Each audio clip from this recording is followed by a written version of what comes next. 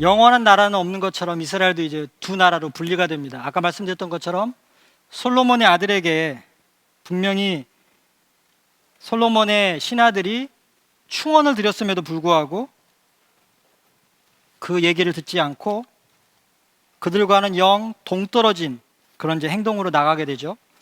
그러면서 이스라엘 백성들이 왕으로부터 등을 돌리게 됩니다. 왕으로부터 등을 돌릴 때 중요한 이야기가 있는데, 르호보암이 솔로몬의 아들이고 여로보암이 있었습니다. 애굽이 이스라엘 백성들이 출애굽한 다음에 이스라엘 백성들에게 별로 그렇게 큰 영향력을 발휘하지 않아요. 근데 딱 한 번 영향력을 발휘하는 게 그게 언제냐면 지금 이때입니다. 솔로몬이 있었고요. 솔로몬이 잘 나가다가 결국은 이스라엘 백성들에게 등을 돌릴 수밖에 없는 위치가 됐을 때 애굽왕 장난을 칩니다. 어떻게 장난을 치느냐? 여로보암이라고 하는 이 사람을 통하여 자기들의 권력을 행사하기 시작합니다. 여로보암이 하나님께 기름 부음을 받아서 내가 왕이라고 선언을 하자 솔로몬이 여로보암을 죽이려고 합니다. 이때 여로보암이 애굽으로 도망을 가게 됩니다. 솔로몬이 죽습니다. 그러자 애굽왕 여로보암을 도와서 여로보암을 북왕국 이스라엘의 왕으로 만들어줍니다. 이때 중요한 게 있습니다. 유다 지파 이외의 이스라엘의 나머지 부족들은 전부 이전에 솔로몬 왕으로부터 배제가 되었던 지파들입니다. 아까도 말씀을 드렸죠. 솔로몬 왕의 왕궁의 음식을 위해서 모든 족장들을 다 없애버리고 관리를 파송했고, 그 관리들에 의해서 모든 것들이 결정이 되면서 점점 12부족 간의 끈끈했던 관계들이 이게 점점 약해지는 겁니다. 이럴 때 솔로몬이 죽자 나머지 이스라엘 지파들이 지금이 기회다 싶어가지고 남왕국 유다로부터 다 등을 돌려버리는 겁니다. 그리고 북왕국 이스라엘만의 독자적인 나라를 만들고 그 나라의 왕을 여로보암을 세운 겁니다. 그러니까 어떻게 보면 솔로몬이 가지고 있었던 치명적인 한계, 하나님이 가장 싫어했던 일을 한 것, 그리고 그로 인해 등을 돌리게 된 이스라엘 백성들이 솔로몬의 사후에 자기들이 원하던 것들을 만들어 버린 겁니다. 북왕국 이스라엘, 남왕국 유다 이렇게 되어 있는데, 남왕국 유다는 기껏해야 유다 플러스 이스나 마나암 베냐민 그리고 레위 지파 몇 명, 12지파 가운데 2지파를 뺀 나머지 10지파들은 북왕국 이스라엘에 있었던 겁니다. 아까 제가 말씀드렸죠. 남왕국 유다가 더 땅이 좋아요? 북왕국 이스라엘이 땅이 더 좋아요? 북왕국 이스라엘이 먹고 살기가 더 좋은 겁니다. 그러니까 어떻게 보면 성경에서는 다윗의 후손 예수, 그리고 다윗의 지파, 남은 자, 즉 신앙의 정통성이 유다 지파로부터 흘렀다는 것을 강조를 하기 때문에 남왕국 유다에 대한 내용이 훨씬 더 많지만, 실제적으로 정치적으로 보면 북왕국 이스라엘이 남왕국 유다보다 더 강했다는 거예요. 그리고 성경을 보면 북왕국 이스라엘에 있는 왕들은 대부분이 다 나쁜 놈들입니다. 왜 나쁘죠? 성경의 관점에서 볼 때는 하나님으로부터 등을 돌렸기 때문에, 이미 여로보암 때부터 시작된 거기 때문에. 그래서 하나님의 시각, 신앙적인 관점으로 보면 북왕국 이스라엘은 못된 나라지만 정치적으로 보면 훨씬 더 뛰어난 왕들이 많았습니다. 여로보암이 지은 가장 큰 잘못이 뭐냐? 북왕국에 있던 사람들이 예루살렘으로 내려올까 봐. 왜? 예루살렘에 뭐가 있죠? 성전이 있어요. 1년에 한 번씩은 모든 이스라엘 사람들은 대속죄일 날 대제사장이 지성소에 들어가는 날 이스라엘에 가서 자기 죄를 회개를 받고 와야 돼요. 근데 사람들이 예루살렘으로 내려가는 순간 자기들이 여로보암이 가지고 있는 권한이 축소될 걸 두려워해가지고 예루살렘 말고 북왕국 단에 자기 나름대로의 제단을 쌓아버려요. 그러니까 자기 스스로 하나님의 제단을 만든 거죠. 하나님이 시키지도 않았는데도 불구하고. 여로보암은 왕국의 시작점부터가 하나님과는 관계가 없는 나라가 되어버린 거예요. 물론 여로보암은 나는 하나님을 믿는다고 하고 그 하나님을 섬기는 제단을 단에다 만들었다고 얘기했지만 그게 아니었던 거죠. 이것과 비슷한 사건이 뭐가 있죠? 금송아지 사건. 출애굽한 이스라엘 백성들이 시내산에서 모세가 십계명을 받으러 간 사이에 뭘 만들죠? 금송아지를 만들어요. 그 금송아지는 뭘 상징하는 거였는데요? 하나님을 상징하는 거였어요. 근데 하나님은 십계명을 통해서 분명히 얘기하셨죠. 나 이외에 다른 신을 두지 말고 내 형상을 본받은 우상을 만들지 말라. 하나님의 명령이에요. 안 만들면 돼요. 근데 그게 이스라엘 백성들이 보기에는 안 보이는 하나님보단 옆에 있는 하나님이 더 중요하기 때문에 금송아지를 만들었던 것처럼, 북왕국 이스라엘의 여로보암도 지금 내 눈에 보이지 않는 하나님, 내가 가기 힘든 예루살렘보다는 우리 땅에 있는 단에다가 여호와를 정성스럽게 섬기면 하나님도 괜찮아 하시겠지, 자기 소견에 오른 대로 여호와의 목전에서 악을 행하여 하나님 보시기에 가증한 일을 한 거죠. 이게 북왕국 이스라엘이 여로보암 때부터 일어난 일들이에요. 이 남왕국과 북왕국의 이야기를 보면 큰 차이는 없어요. 유다의 왕들을 표현할 때 이렇게 표현을 해요. 이스라엘 왕 누구 몇 년에 유다 왕 누구가 통치를 시작하였다. 그의 나이가 얼마였고 통치 기간은 얼마였고 이름은 뭐였고 어머니 이름이 이렇게 나와 있다. 어머니 이름이 나온 게 특이하지 않아요? 왜 어머니 이름이 나올까요? 그 어머니가 어느 족속이고 어느 부족인지가 이 아들이 어떤 신을 섬길 수 있는 가능성이 나오는 거예요. 만약에 왕의 엄마가 다른 외적 블레셋의 몰렉이나 암몬이나 바알이나 아세라를 섬기는 그런 나라에서 온 정략 결혼을 한 여왕이면 그 아들도 100이면 100 다 거기에 물들기 때문에 왕의 통치가 그 조상 다윗과 비교해서 평가됩니다. 남왕국 유다의 왕들은 다윗과 같았다, 다윗보다 좋진 않았고 다윗처럼 하지는 않았다, 이렇게 표현이 되고요. 누구의 남은 사적과 물은 행한 일은 유다 왕 역대 지략에 기록되었다. 그가 열조와 함께 잡고 그 대신 누가 왕이 되었다. 이게 유다 왕을 기록한 표현이에요. 근데 북왕국 이스라엘은 조금 달라요. 유다 왕 누구 몇 년에 이스라엘 왕 누구가 통치를 시작했는데 통치 기간과 수도의 위치가 나와. 왜냐하면 북왕국은 디리사에서 사마리아로 수도를 한번 옮기거든요. 그러니까 수도가 어느 때인지가 중요하고, 그리고 이렇게 평가가 됩니다. 그가 여호와 보시기에 악을 행하여 이스라엘로 범죄하게 한 여로보암의 죄를 줬고, 남왕국 유다는 다윗과 비교가 되고 북왕국 이스라엘은 한제나 악을 행했는데 그 악을 행한 게 누구하고 비교가 돼요? 여로보암과 비교가 돼요. 남은 사적과 무릇 행한 일은 이러이러하고 그가 열조와 함께 잡고 대신 누가 왕이 되었다. 남왕국 유다는 솔로몬의 아들 르호보암 때부터 시작해서 왕조가 한 번도 바뀌지 않고 쭉 다윗의 왕가가 이어집니다. 근데 북왕국 이스라엘은 왕가가 계속 바뀌어요. 왕가가 계속 바뀐다는 얘기는 뭐예요? 그 전 왕을 누군가가 죽여버렸다는 거죠. 그래서 바사 왕조, 오므리 왕조, 시므리 왕조, 이렇게 왕조가 계속 바뀝니다. 총 7번이 바뀌었다고 되어 있습니다. 이게 북왕국이고 남왕국입니다. 이 북왕국과 남왕국이 다스릴 때 왕이 없을 때는 사사가 있었지만 왕이 있었을 때는 누가 있다고요?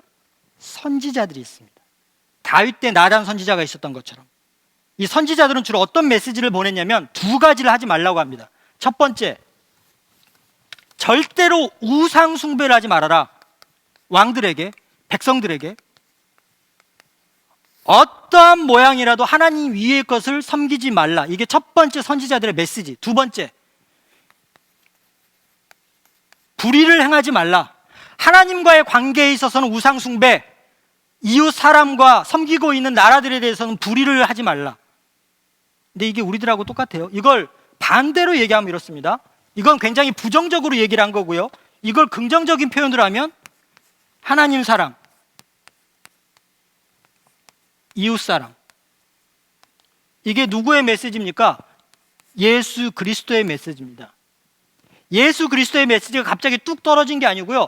언제나 하나님이 아담 이후로부터 인간을 창조하시고 나서 끝까지 고집하시고 끝까지 우리들에게 말씀하셨던 2가지 지상 명령, 하나님 사랑, 이웃 사랑, 우상 숭배하지 말라, 불의 행하지 말라. 그 어느 하나가 더 중요하고 덜 중요한 게 아니라 이 2가지가 함께 가야 십자가의 사랑이 완성이 된다는 거예요. 이게 선지자들이 왕이 다스리고 있던 이스라엘 백성들에게 했던 가장 중요한 메시지예요. 근데 그렇게 했나요? 문제는 그렇게 안 한 거죠. 돌이키면 되는데 돌이키질 않은 거예요. 북이스라엘이 멸망하고 남한국 유다가 멸망할 때 선지자들이 끊임없이 얘기했던 게 그거예요. 돌이키면 된다.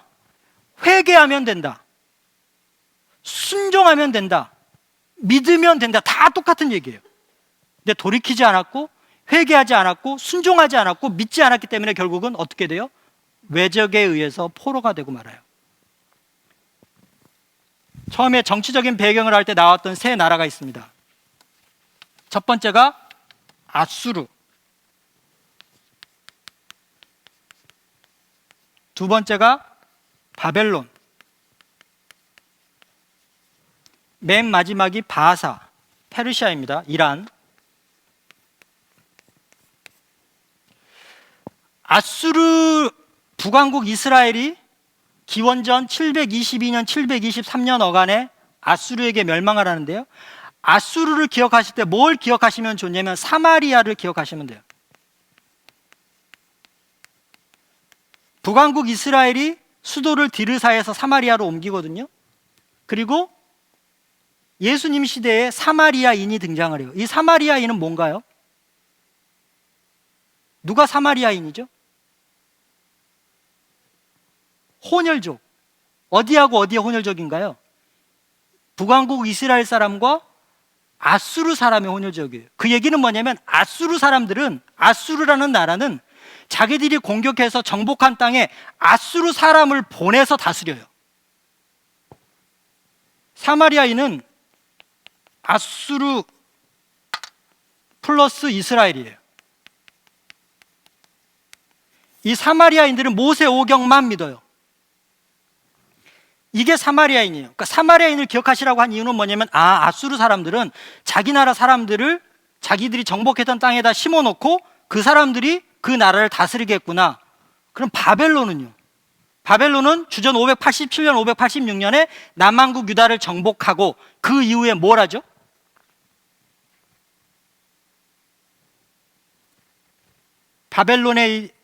바벨론으로 남한국 유다에 있던 사람들을 포로로 끌어가요.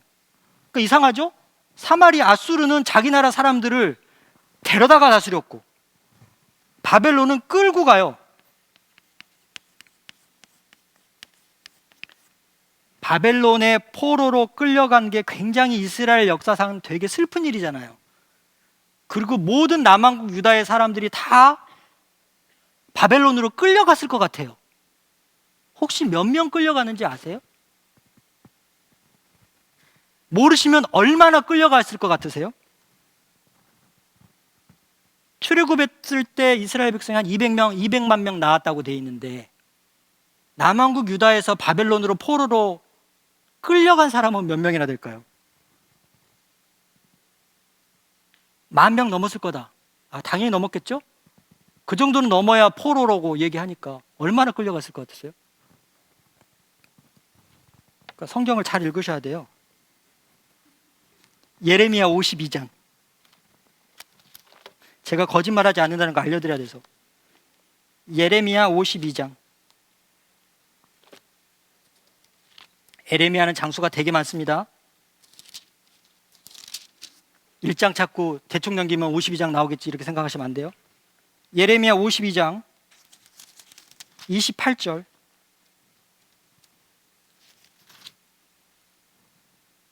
느부갓네살이 사로잡아간 백성은 이러하니라. 제7년에 유다인이 3023명이요 느부갓네살의 8째에 예루살렘에서 사로잡아간 자가 832명이요 느부갓네살의 제23년에 사령관 느부사라단이 사로잡아간 유다 사람이 745명이니 그 촌수추가 얼마라고요? 4600명 끌고 갔어요. 얼마 안 끌고 갔어요. 이걸 남자 수라고 한다면 여자까지 다 합치면 15,000명밖에 안 돼요. 그러니까 출애굽하고는 완전히 달라요, 차원이. 근데 더 웃긴 건 뭐냐면 바벨론으로 끌려가가지고 이스라엘 백성들이 바벨론에서 반항을 하고 폭동을 일으키고 했다는 기사가 단 하나도 없어요. 그 얘기는 뭐냐면 굉장히 자유롭게 살았다는 얘기예요. 그러니까 이스라엘 백성들에게 있어서 하나님을 마음대로 섬기지 못한다는 사실 외에는 너무나 행복했던 거예요. 초창기에 미국을 갔던 이민들이 김치를 못 먹은 걸 빼놓고는 다 행복했대잖아요, 한국 사람들이. 그거하고 별 차이가 없어요. 이게 나중에 큰 문제가 돼요, 사실은. 바벨론에 4,600명이 갔으면 모든 사람들이 다 다시 포로로 귀환했을까요? 다시 이스라엘로? 바사왕 고레스의 칙령에 의해서? 아니에요. 남은 자들, 그리고 결국 하나님께로 돌아간 자들이 얼마 되지 않아요. 바벨론에 살아봤더니요, 자기들이 남한국 유다의 그 황폐한 땅에서 겨우겨우 근근히 먹고 살았던 그런 게 아닌 거예요. 갔더니 너무 좋아요.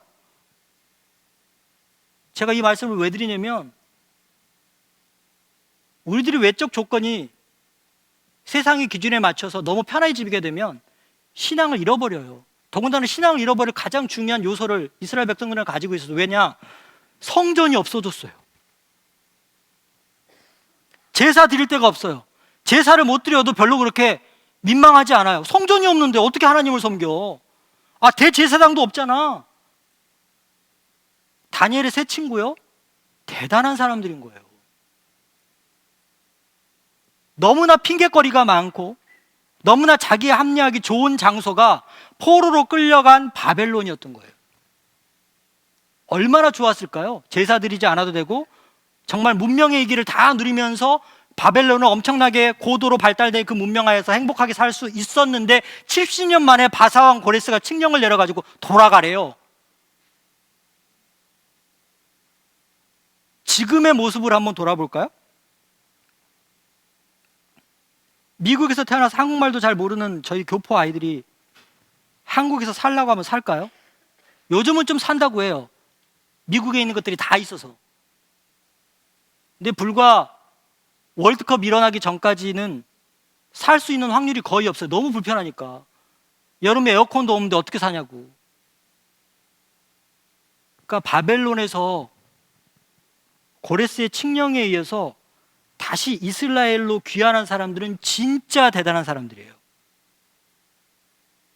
그냥 뭐 가라 그랬더니 갔다, 그게 아니에요.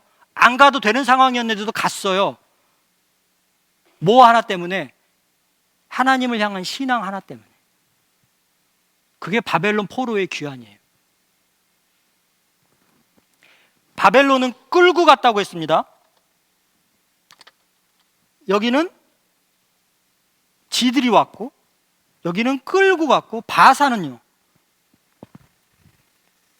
바사는 그냥 그곳에서 편하게 살게만 해줘요. 대신에 반란만 일으키면.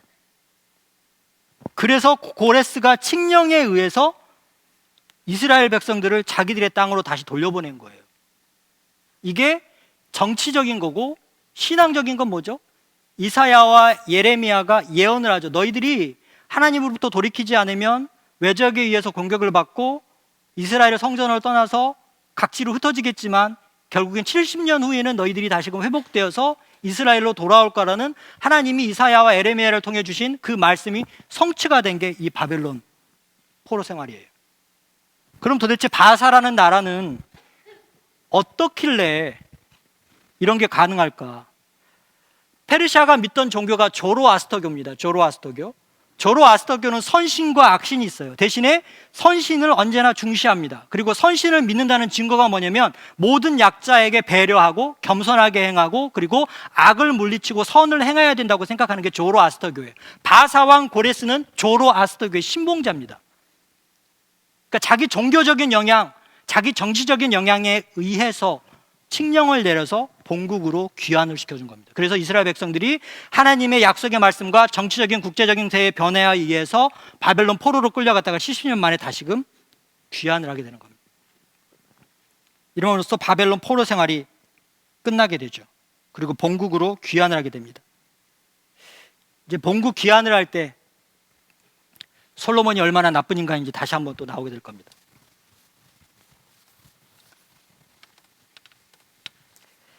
바벨론으로부터 돌아온 이스라엘 백성들이 세 가지를 합니다. 어떻게 세 가지를 하냐면, 첫 번째는 성전을 재건합니다.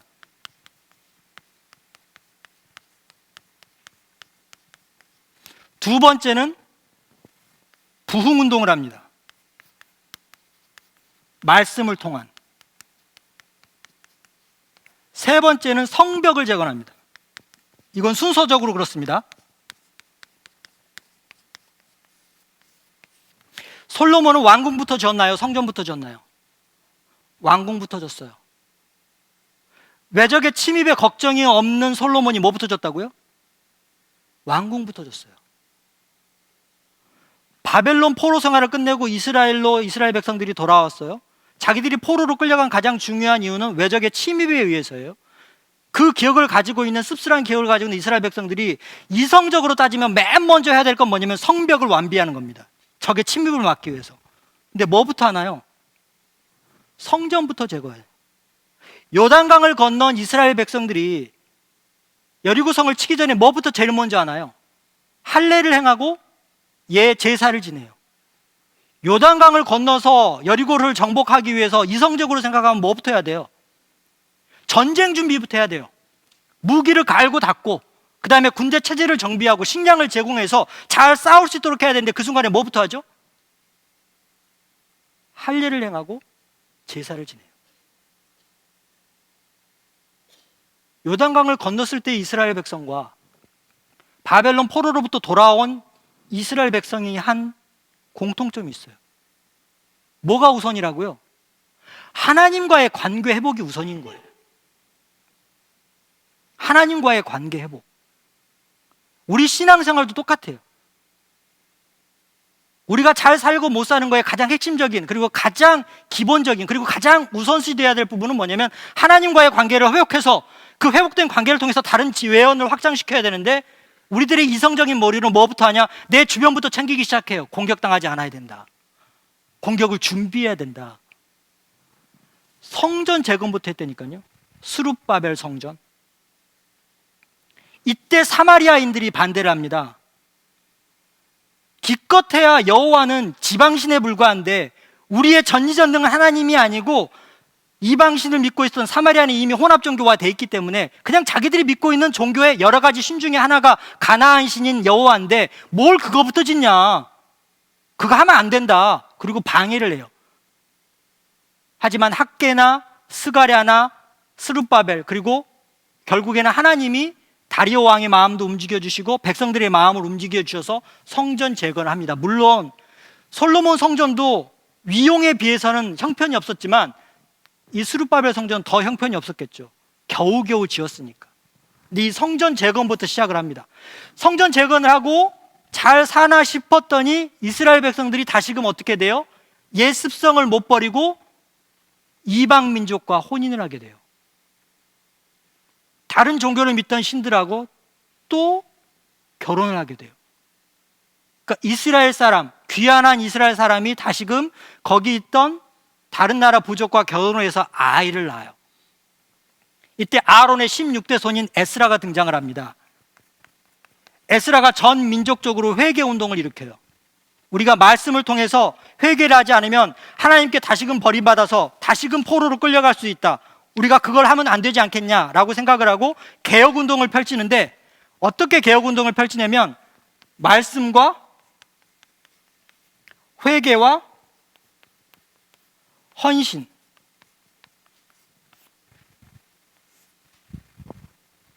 회개와 말씀과 헌신. 만나교회 사명 선언문의 세 가지가 뭐라고 얘기하셨죠? 예배와 훈련과 섬김. 똑같죠?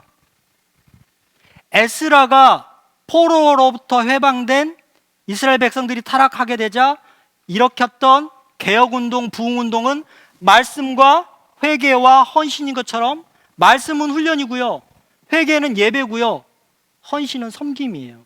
이 세 가지를 에스라가 일으킨 겁니다. 그러면서 요구를 합니다. 너희가 삶으로 보여라. 너희가 정말로 회개를 했다고 하면 너희가 회개한 모습을 하나님이 아실 수 있도록 해라. 그랬던 이스라엘 백성들이 뭘 했겠어요? 이때 슬픈 일이 일어나요. 이방 민족과 결혼했던 사람들이 이혼을 해요. 내가 이제 더 이상 다른 신을 섬기지 않겠습니다라는 표시로 다른 신을 섬기고 있는 배우자와 갈라서겠습니다. 너무 멋있잖아요. 근데 결과는 수많은 고아예요. 이게 죄의 결과예요. 회개하고 하나님 앞으로 돌아섰는데 본인이 지었던 죄의 결과는 있는 거예요. 근데 이스라엘 백성은 했어요. 그리고 나서 맨 마지막으로 한 게 뭐냐면 성벽 재건이에요. 이때 등장한 인물이 느헤미야입니다. 느헤미야가 자기의 지도력을 통해서 자신이 가지고 있는 영적인 지도력 그리고 정치적인 지도력을 통해서 이스라엘 성벽을 재건하는데, 이스라엘 성벽을 재건할 때 기존에 있던 다른 왕들하고는 달리 행동을 했어요. 뭐냐면 다른 왕들은 뭔가 성벽을 재건하고 성전을 재건할 때 일하고 있는 사람을 끌어다가 챙겼지만, 느헤미야가 성벽 재건할 때는 그 사람들의 일상생활에 전혀 지장이 되지 않는 선에서 돌아가면서 그 어느 누구도 혜택을 받거나 아니면 해로움을 당하지 않는 아주 공평한 방법을 통해서 자기는 그 어느 하나 뇌물도 받지 않고 토색질도 하지 않으면서 성벽을 재건함으로써 모든 이스라엘 사람들이 협력해서 그 성벽을 재건할 수 있었습니다. 이게 회복시키시는 하나님, 12가 중에 이제 11과까지 끝났습니다. 이제 마지막 과 남았습니다. 마지막 과는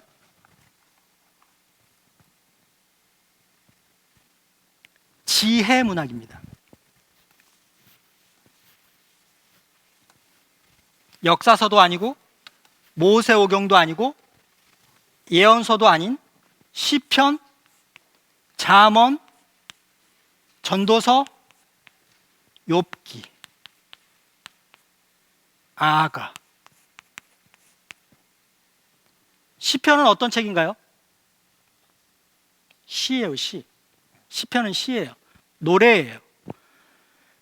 잠언은 무슨 책인가요? 교훈을 하는 책이에요. 전도서도요. 지혜 문학이라고 합니다. 지혜. 근데 이스라엘만 지혜 문학이 있었던 건 아니고요. 중동 지방의 그 당시에는 대부분의 나라들이 사람들에게 구전으로 전해졌던 사람들의 삶에 필요한 얘기들을 모으고 모아서 문학의 형태로 만든 게 일상화된 일이었고, 이스라엘도 마찬가지로 이 지혜 문학을 만들었는데, 이 지혜 문학을 만든 가장 대표적인 인물이 누구냐면 솔로몬인 거죠. 그래서 잠언 가운데 솔로몬의 잠언이 가장 많은 거고요. 전도서도 마찬가지고요. 욥기는요, 무서운 얘기죠. 네, 무서운 얘기예요. 고난을 대하는 성도들이 어떤 태도를 가져야 되는지. 근데 이 욥기가 어떤 의미를 가지고 있냐면요, 우리는 왜 벌을 받죠? 뭘 했기 때문에 벌을 받나요? 여러분들이 가지고 있는 생각을 좀 바꾸셔야 돼요. 우리는 왜 벌을 받죠? 그러니까 벌을 받았다고 표현하는 것보다는 이게 더 낫겠네요. 벌은 뭔가를 이제 잘못해야 받는 거니까. 우리는 왜 고난을 당하죠?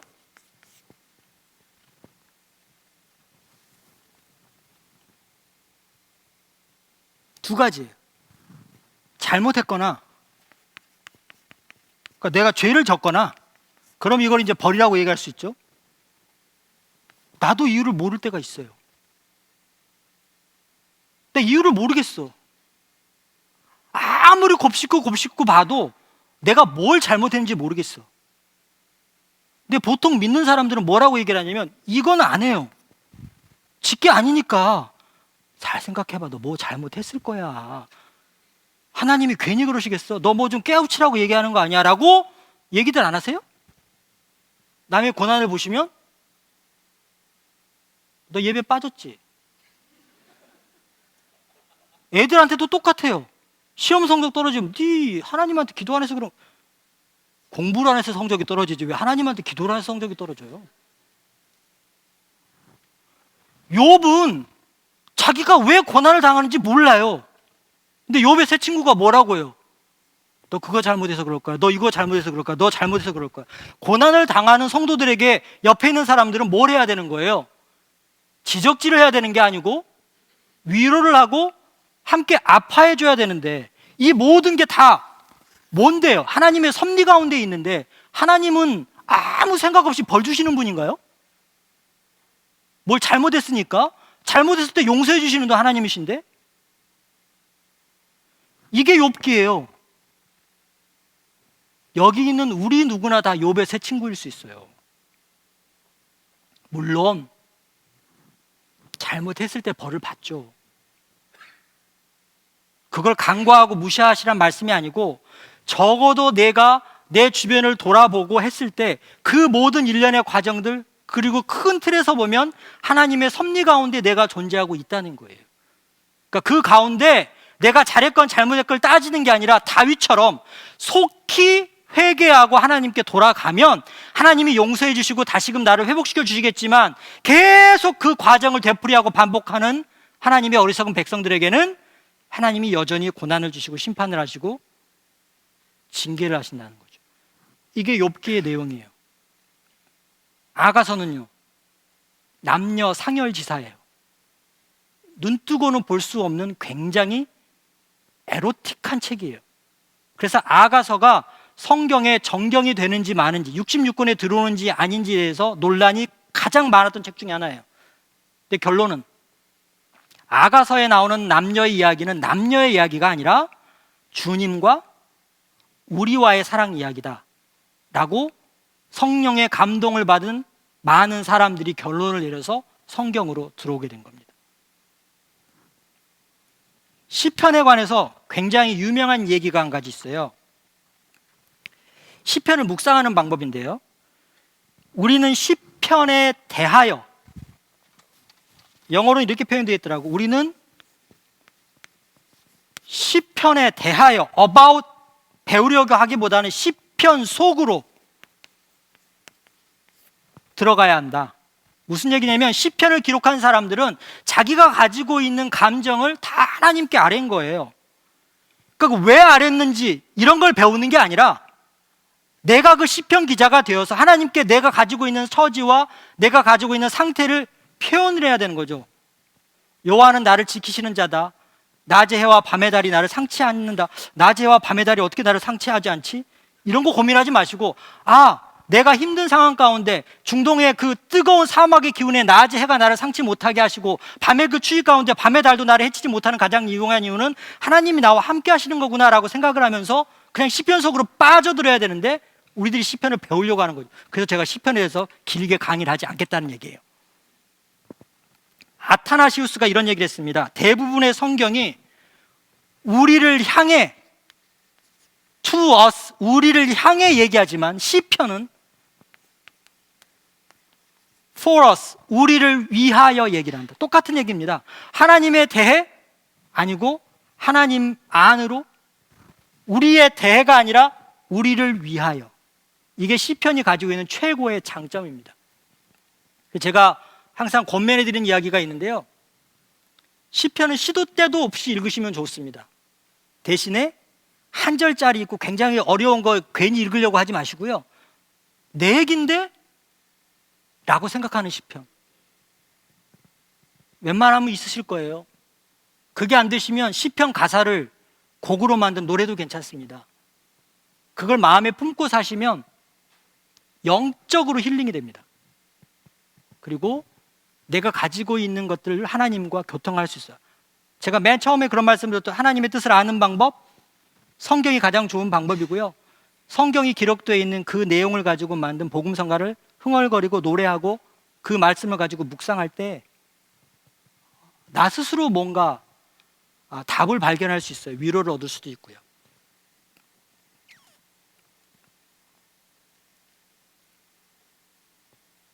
저기 어느 집사님을 보니까 얼마 전에 어머님이 일주기가 돼서 굉장히 힘들어했다는 분이 저기 계신데, 힘들죠.